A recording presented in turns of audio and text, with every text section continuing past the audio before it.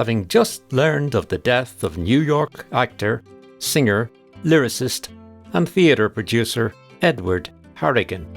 Patrick J. Duffy from Ballad, County Roscommon, drafted a lengthy appraisal of the deceased and sent it to the Mayo-based newspaper, The Western People. In his letter, written on the 19th of June 1911 and published 12 days later, Duffy informed the editor that while visiting the Big Apple in the summer of 1896, he actually met the famous Edward Harrigan, who had penned the words of the Real Old Mountain Dew. Though numerous sources have stated that Harrigan's father was born in Newfoundland, Duffy asserted with conviction that Edward or Ned Harrigan himself had assured him that his father was in fact an Irishman born in Swinford, County Mayo, and that his father had emigrated to the United States in 1835.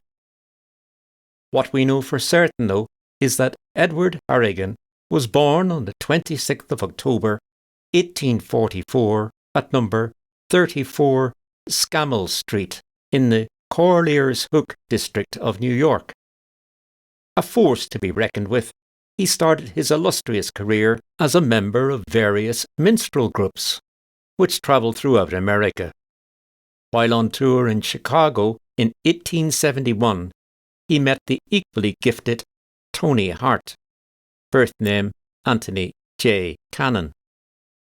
Both went on to form the Harrigan and Hart Partnership, a tour de force which soon became the most influential double act in the history of American musical theatre.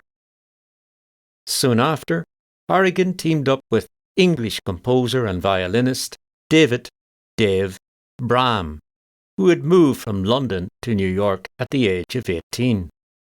Having served his time touring with Pony Moore's Minstrels, Braham was appointed resident composer at the Harrigan and Hart Theatre on Broadway, and in 1872 Harrigan and Braham co-wrote a number of comic songs for the hugely successful The Mulligan Guard, a comedy sketch show which showcased Harrigan's prowess as a lyricist and Braham's genius as a composer.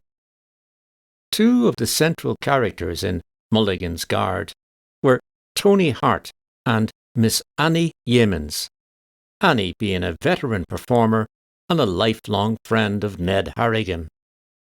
Interestingly, the show seems to have fulfilled the role of matchmaker. Harrigan fell in love with Dave Braham's daughter Annie, and on the 18th of November 1876, their wedding was attended by the glitterati of vaudeville and theatre. Show followed show and hit followed hit from the stable of Harrigan, Hart and Braham. Harrigan and Hart subsequently established their own playhouse on Broadway, and in 1882 this new theatre comique premiered George L. Stout's The Blackbird, a farce set in Scotland in 1746, in which Harrigan played the role of the blind Irish piper Con O'Carolan, while Annie Yeamans played the role of Biddy Doyle. During the wedding scene, Con strutted across the stage, blackthorn stick in hand, and sang about the joys of distilling and drinking homemade whiskey and poteen. With lyrics by Harrigan and music by Braham, the sheet music of the three-verse song, The Mountain Dew, was soon published by William A. Bond of Union Square, New York. The New York Clipper believed that The Mountain Dew was destined to become a surefire hit, in that the melody was quite within the comprehension of the masses, who, as soon as it falls upon their ear, will take to it as warmly as they would welcome an old friend. The Clipper was correct. The song grew in popularity in the theatres and taverns of New York. And what is noticeable about The Mountain Dew is that the original sheet music did not include a Diddly-idle-dum chorus, which is often sung today.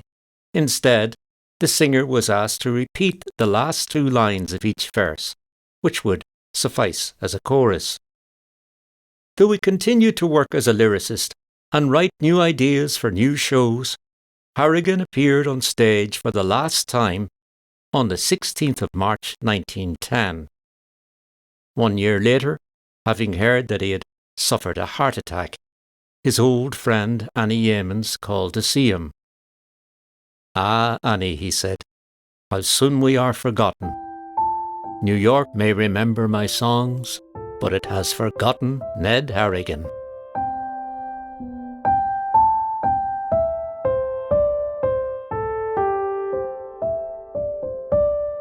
True, his songs are remembered and still sung on both sides of the Atlantic, but not many people today could link Harrigan's name to the Mountain Dew.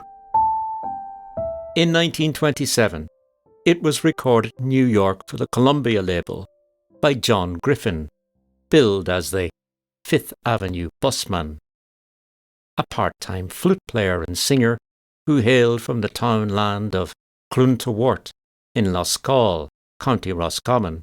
Griffin released the song under the title The Real Old Mountain Dew. But rather than repeating the last 2 lines of each verse, Griffin lilted the last 8 bars of each verse, no doubt influencing future generations of singers. Let grasses grow and waters flow in a free and easy way, but give me enough of the primal stuff that's made in Granu way. Those gaugers all from Donegal, Galway and Leitrim too. Oh, we'll give them the slip, then we'll take a sip of the real old Mountain Dew. During the folk boom of the 1960s, the song was further popularised by the Clancy brothers, the Dubliners, and the McPeak family of Belfast. We'll end our story with all 3 verses of the Mountain Dew, as written by Ned Harrigan.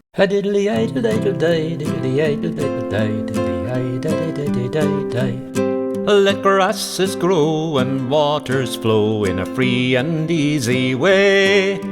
Give me enough of the primal stuff that's made in Granu way.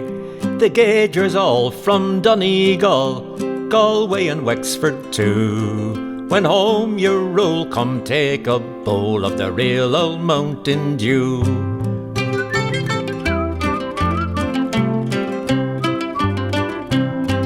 On every hill there's a little still where the smoke curls up to the sky.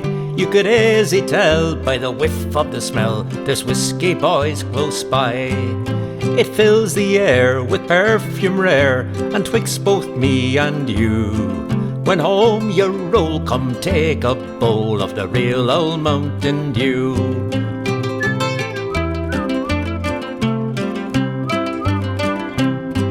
All learned men who use the pen, they've wrote your praises high.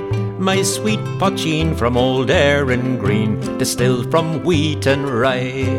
Away with pills, 'twill cure all ills of pagan, Christian or Jew. Then off with your coat and wet your throat with the real old Mountain Dew.